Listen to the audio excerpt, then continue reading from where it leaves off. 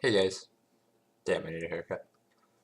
So, played a pretty good amount on the preseason so far, and I've got pretty good, well, I don't want to say I have a pretty good idea, but I've got some thoughts I'd like to share about it based on what I've been seeing.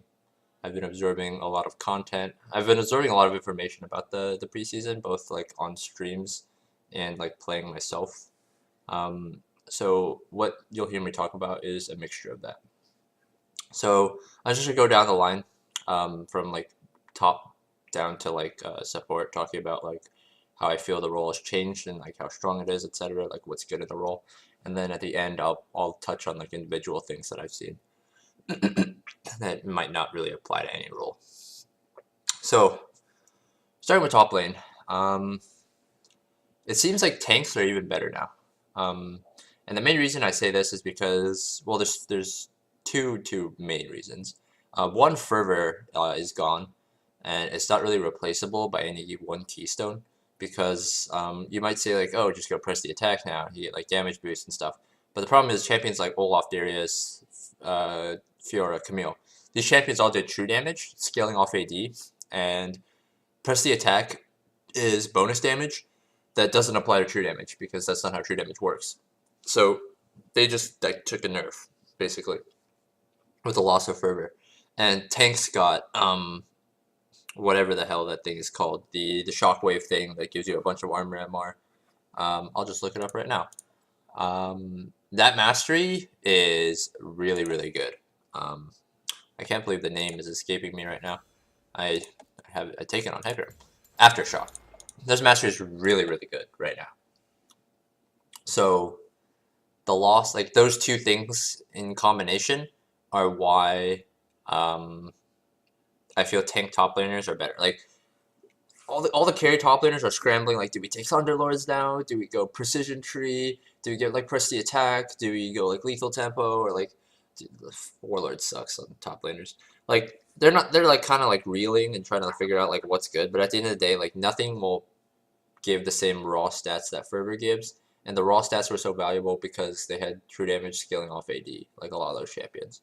So most of those are in trouble, or at least like not as strong it seems as they were before. Whereas like tanks are like they get this really good aftershock, gives them everything they want for the hard CCers like a Maokai or something, and then everyone else just goes grasp, which is like just as good as before, if not better.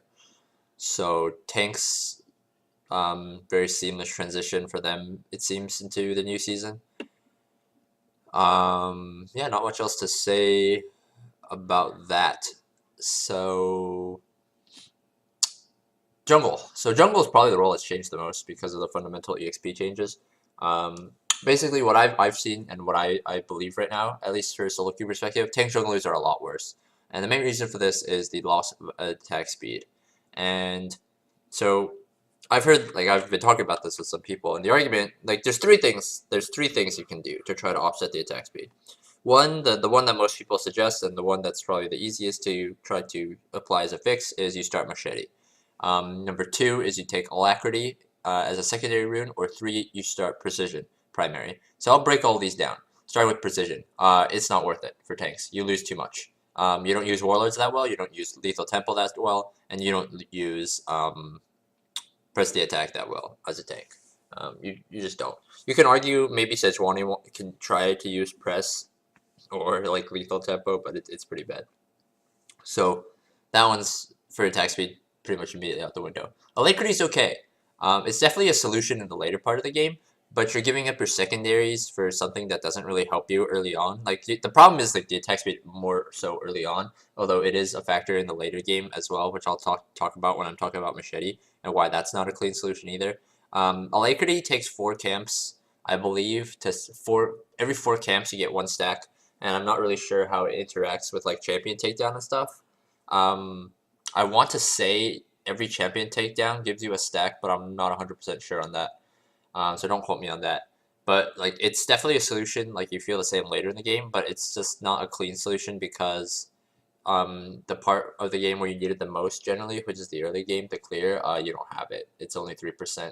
early on, and I think it's only 1.5% each stack up to 10 stacks because it goes up to 18%. So like to put in perspective, you ran like 15% attack speed in runes on tanks, or at least like maybe 13.5. And you're getting 3 at level 1, and you're not getting 1.5. You're only getting 1.5 per stack, so it takes a long time to get to where you even were before. And by that point in the game, you don't need it as much, although it's still nice.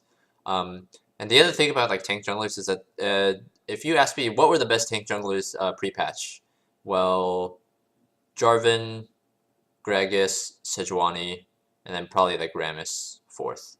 Maybe not necessarily in that order, like the first 3, but Rammus probably like the 4th out of those.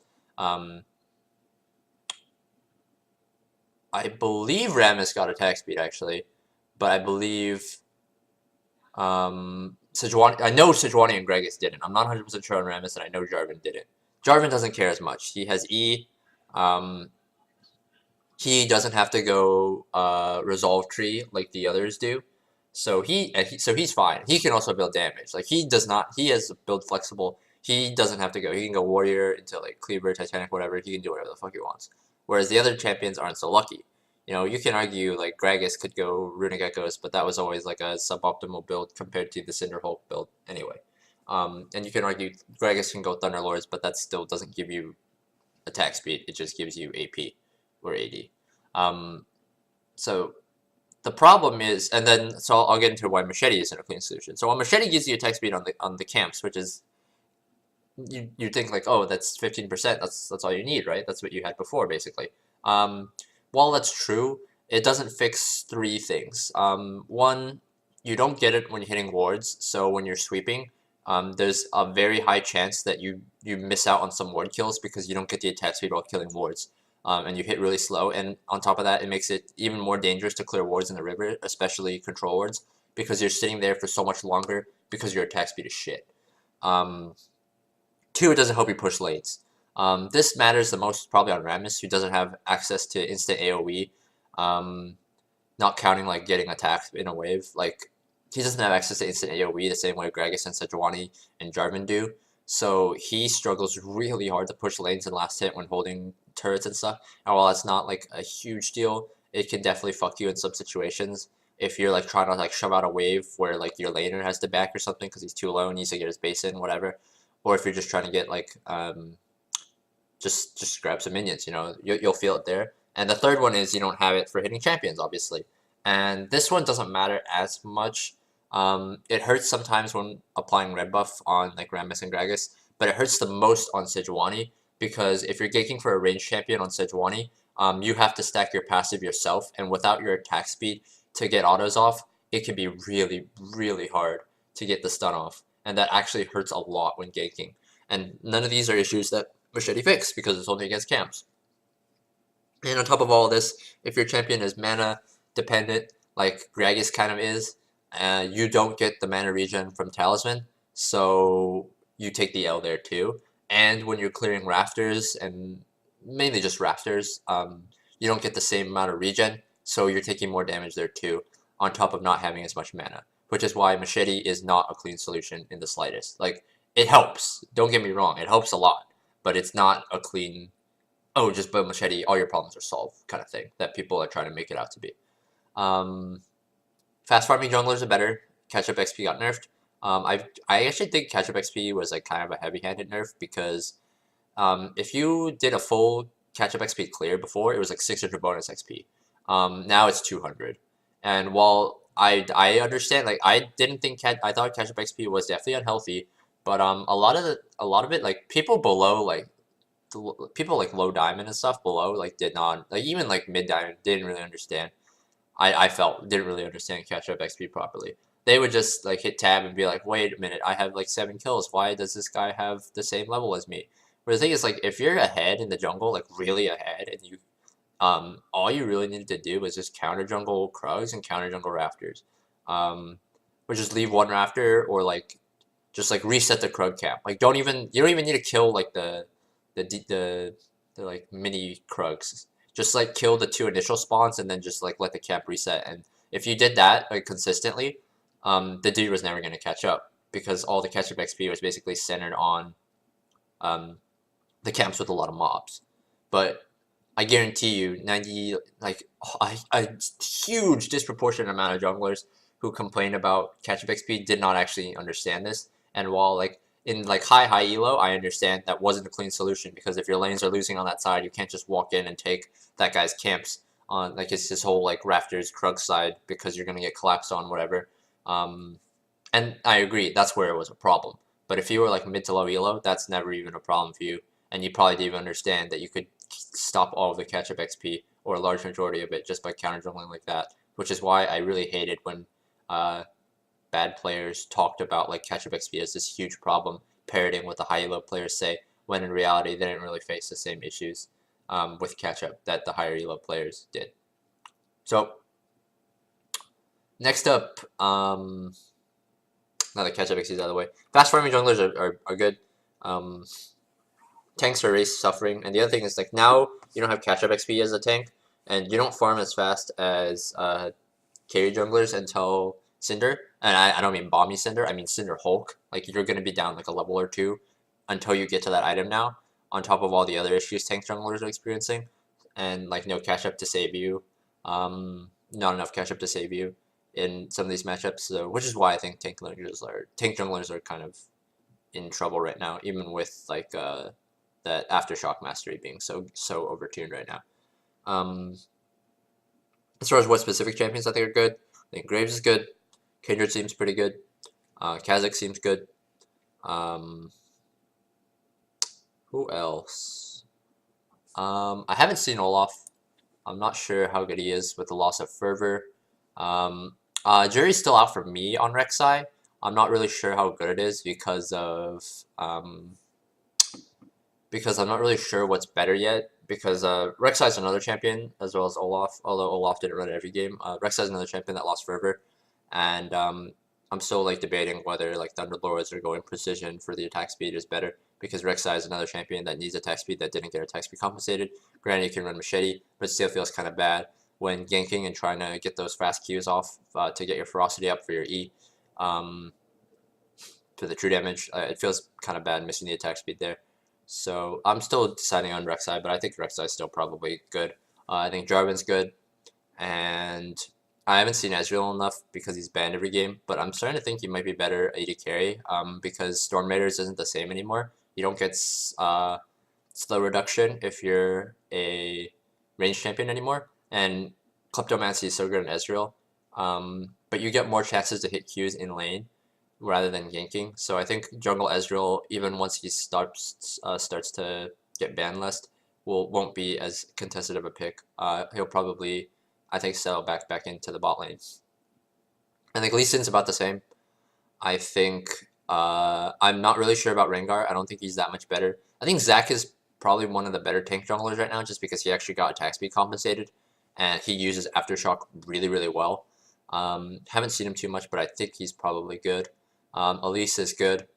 And Hecarim is the one that pisses me off, because you see, the thing about Hecarim is that he's really good at punishing bad players. When I smurf and stuff, I love playing Hecarim because I just punish bad players and I never get punished for being Hecarim. And what I think right now is like people just forgot, like, wait a minute, this champion has like significant problems, that they just like forgot how to like punish him properly, and as soon as people remember, he'll be bad again. The champion's got too many fundamental issues in the early part of the game to be an effective jungler. And I don't care what all these like low elo, and by low elo I mean like below like diamond like 3 even, like maybe even like higher, like maybe even a little higher as a threshold, but like all these people saying like, oh, Hecarim's good again because of X and X, like no rune aside from like something extremely broken is going to make Hecarim a really good champion again, just because he's got too many other issues. And this is from someone who played a bunch of Hecarim like in the season, like back when he was like actually good, and continued playing him and tanked my win rate, I might add. When he wasn't good, trying to still make him work. The champion just isn't that good. Trust me. He's just got too many issues. So mid lane. So I think mid lane is kind of hard to. Mid lane's the one that I'm not really as sure about. mainly because there's such a different wide range of champions that get played in the mid lane, and there's a huge different wide range of like trees you can take on the mid lane. Because when you think jungle, it's like, well, you can. Some people go like Aria and stuff, like the AP junglers, but mainly the AD junglers just like we go precision or domination, and the tank junglers like we go resolve. Whereas mid lane, it's like you can go sorcery. Some people like Victor or something try kleptomancy. You always got your domination Thunderlords or like maybe even like Dark Harvest. I don't think resolve's good on any mid laners really, except maybe Galio. Um, and then precision. You've got some really niche cases where like a Azir goes like lethal tempo or some shit, and it's like super annoying. And I'm sure like you could theoretically go press the attack on some mids. I'm not really sure. But and then obviously like some AD mids, like maybe like a Lucian, although he'd probably go press the attack. Could potentially like go Warlords, but so there's just like a bunch of things in mid lane. I think mid laners are overall fine. The Arcane Comet is stronger than I originally anticipated, and Aria is really good for poking. It's kind of like the new Deathfire Touch in a way. It feels for harassing mid laners who don't really take 3-hit trades to proc Thunderlords. Um, it seems like every mid laner has a thing for them. If you've got like a lockdown in part of your combo, you go Comet. If not, then you try Aerie for short trades. If you're more assassin heavy or like combo heavy, you can proc Thunderlords, you go Thunderlords. And I don't know about Dark Harvest yet. So mid lane seems fine. You got so many options. Not really much else for me to add about mid lane. It seems largely the same. There's some like really odd interactions, like I already talked about, like Kleptomancy Victor or like Lethal Tempo Azir that might seem kind of really busted. But too early for me to say, really. There's so many weird things floating around right now. Hard to parse the gimmick from the good. So, AD carry, there's a huge debate. It was like lethal temp. There's like one group that's like lethal tempo is trash, and the other group that's like lethal tempo is great. And then like it's basically like press the attack or lethal tempo, and then I actually think in competitive play, people might just go Warlords again. Although it does seem a bit nerfed from before, although I'd have to look at the numbers again. It's still the consistent choice, so I think AD carries will be fine. I think they're suffering more from the lack of stats. I think AP support bot laners, are like ridiculous right now because no one has MR, and AD carries are too damage like focused to go into the resolve tree and grab the MR mastery, as well as the like Doran shield mastery, which I've actually tested and feels pretty good in the bot lane, for like heavy harass lanes. So right now it seems like heavy harass like supports that go like spell thieves are like all the rage right now, and I think Karma in particular got a huge buff from like that ultimate hat mastery and all the accessible CDR and runes.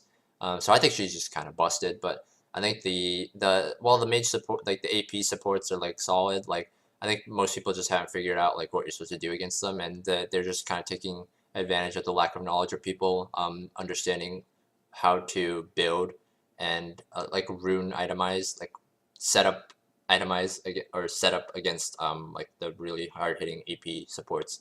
Although I do think in the long run it's going to be a buff just because you can't, if you're going to get MR early on, you're going to have to give up something. So they might need to look into that. But that's my initial opinion of that. Like as far as AD carries go, I think Kog'Maw is overrated. I think the lethal tempo is a bit overrated. I don't think it's bad. It might be worse than press the attack. I haven't played enough AD carry to see, but I do think it's not bad at all. It just might not be broken and I didn't think it'd be that broken from like the initial, like after I read it a few times, and like the requirement, like it's got a lot of uptime, but it does have some requirements to meet that uptime, and the second part, like the uncap thing, I never really thought was going to be super broken because it does take a long time to even get to that point. And some champions are better at getting it than others, like Varus and stuff, whereas like a Kog'Maw only has like a 40%, like I believe it's 40% passive attack speed, whereas like Varus has got that fucking that like kill attack speed thing that's like really easy to proc, and if you get like one takedown in a fight and you just pop off, kind of like Jinx except with attack speed instead of move speed. And then of course you've got like Tristana with the million attack speed, although she doesn't go Rage Blade and like stack attack speed items, so it's kind of harder for her to abuse the cap too much. But yeah, AD carries, like, well, it seems like their keystones are really good. They're kind of feeling the brunt of like everyone being squishier now. Even with like like armor pen runes being gone. The thing is, I'm not really sure. I wasn't 100% sure how much lethality assassins ran, like I said or something. I don't think it was that. I don't think they ran 24. And with the really broken, I forget the mastery name, but the one that gives you upon like leaving stealth or dashing or something that gives you like lethality and stuff. If you didn't run lethality runes before, like maybe you ran like 15 AD or something instead to like last hit and scale, like scaling for your abilities, you actually got buffed. It seems because lethality got increased across the board, and you have that mastery. Although it is kind of just compensating for the loss of precision. So AD carries seem to just like it just seems like everyone's dying faster, and that includes AD carries, so that kind of sucked for them. But I think once everything stabilizes, they'll be strong still. Not as strong as like Ardent Sensor meta, but they'll be solid in a good spot. And support finally is, like I already touched upon it a little bit. There's a lot of AP supports being played, and they all seem pretty strong, like I said, because lack of MR. The bandit passive being added to, on everything for them is quite nice. And you don't have to build sensor every game anymore. So they've got a lot of things they can work with. They're kind of like the same thing as mid lane in the same vein as like they can run like a bunch of different masteries and see what works for them. You know, I've seen like Kleptomancy Sona that seems really busted. You know, Karma's got some ridiculous like interactions in some of the runes. Summon Aria is a very good multi-purpose tool. Like they've just got so many things to explore. It does feel like tank supports are kind of getting shafted again. I don't think that defensive mastery in Resolve Tree, the like shielding one, is actually that good. It seems kind of awkward, and what's like if you're playing like a tank support, it can be rough to lane against some of these like extremely annoying AP supports like a Zyra or like a not really Sona. Like people are going spell thieves on Sona. I guess she does do a lot of damage, but when I think of AP support, I think more of like Zyra, Brand, and like Vel'Koz kind of thing. But yeah, Sona kind of fits in that too. It's like it's kind of hard to survive the lane. Kind of hard to survive the lane sometimes with some of these tank supports. I don't think they're bad. I just think not everyone really understands what's going on yet. Everyone's still kind of figuring things out. And some of these champions like Zyra haven't really been played for a while because of like Ardent Sensor meta. So people are having to like relearn like, oh yeah, this is how you play against these champions, etc. So I think support like also is in a fine spot. Not really much else to add about that. Jungle definitely like the role that I think that has changed the most. So I'm gonna run through some of the keystones to finish up here. Maybe I'll just run through all of them and give opinions on them based on what I've seen. So all right, we'll just go down the line. Precision, press the attack, talked about it. Lethal Tempo, talked about it. Ongoing debate, I think it's just split by champion. I don't think one is inherently better than the other. Although I do think Lethal Tempo probably a bit overrated, but still not bad, just a bit overrated. And Fleet Footwork, I think people are kind of just like forgetting about this because they want to try out like, oh man, these give me damage, and this is like, wait, I already used this for a full season, or at least half the season, so they're like not really looking at it, but it's not bad either. It's just the safe option out of these three. Jesus. Thunderlords, longer cooldown, harder to proc, does more damage. Still the consistent, solid option. Not much else to add. Predator, my early pick for most overrated keystone in the game. I don't think this is good at all. I think it's overkill on everyone, including Hecarim. I don't. Yeah, quote me on that. I don't think this is good. Dark Harvest. Like I also fell into the trap where it's like, damn, this looks really good. I think it's not that good.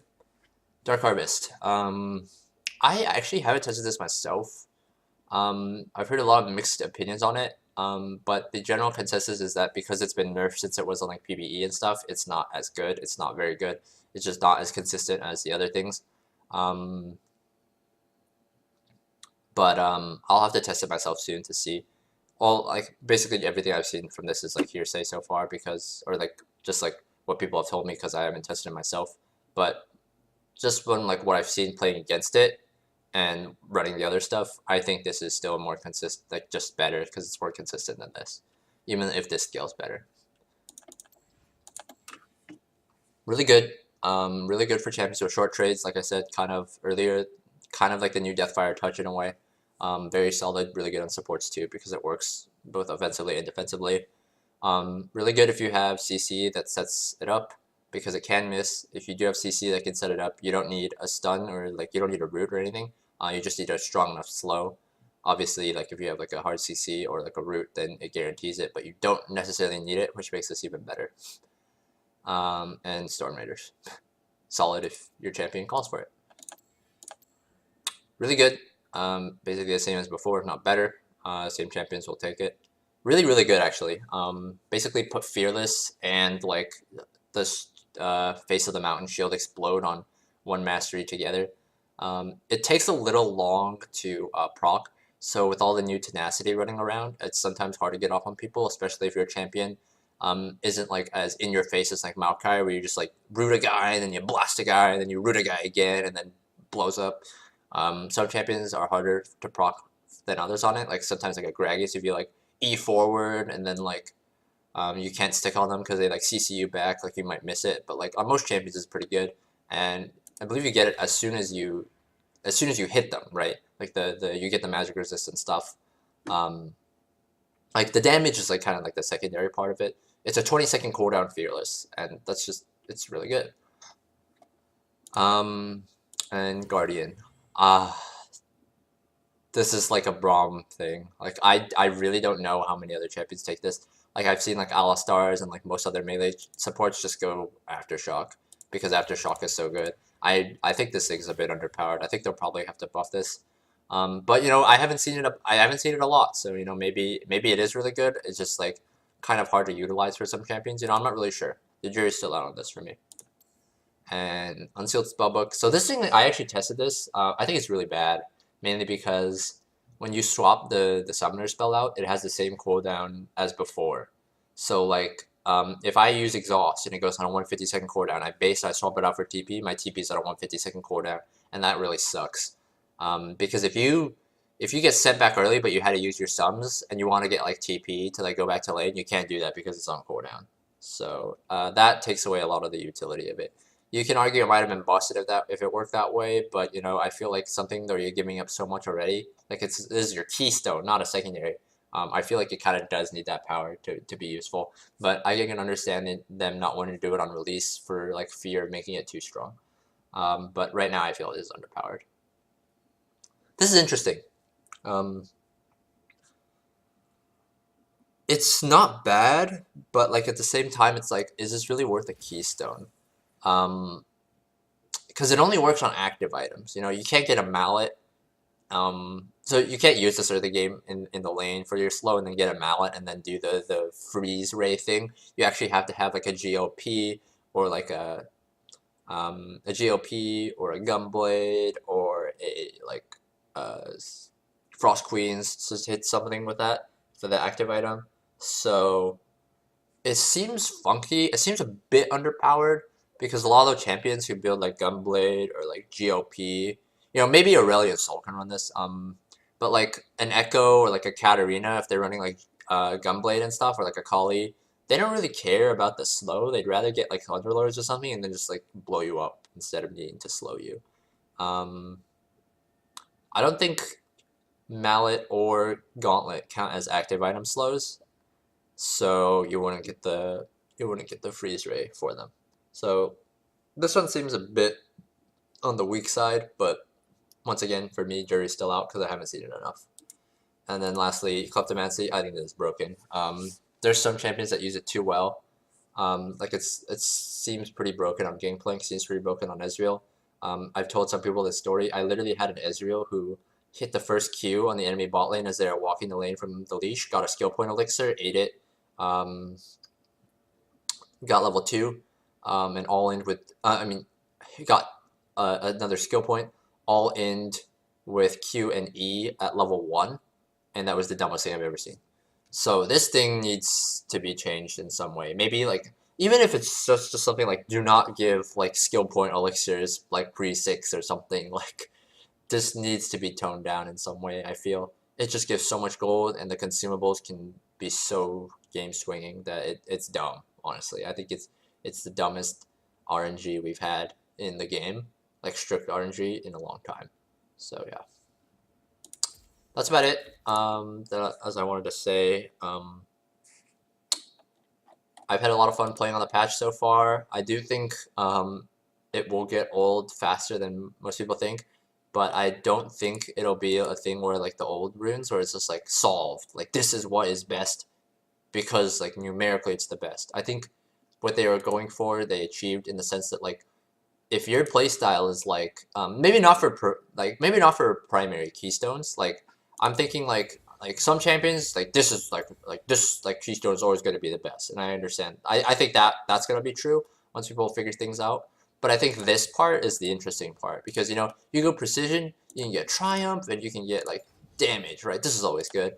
But some champions you'd be like, I want the lethality, and I want like either like zombie ward, or I want some spell vamp, or I want one of these 100 things, or I want like eyeballs or whatever. Like that's viable. Or you can go resolve and you'd be like, I want some resists and I want some like HP regen because my lane's hard. You know that works. And inspiration would be like, you know, I want futures market. This is never really bad. You know, maybe your champion is hexflash. You want some biscuit sustain or your support, so you grab this, or you want the stopwatch, or you want CDR. You know, like I think the secondary part is actually the most interesting thing. I think most champions have like 1 or 2 keystones that are like, this is going to be the best, and then like as like time goes on, it'll be ironed out like this is strictly the best, this is what you're going to take. But I think the secondary parts are actually the thing that's most interesting because there's so many different things you can do with them. So in that sense, I think the runes are really nice. But I do think keystones will kind of be solved in a sense, like relatively soon. But yeah, this video is really pretty long. This has been what I've gleaned about preseason so far. Just wanted to share it with you guys. Hope you enjoyed it. Peace.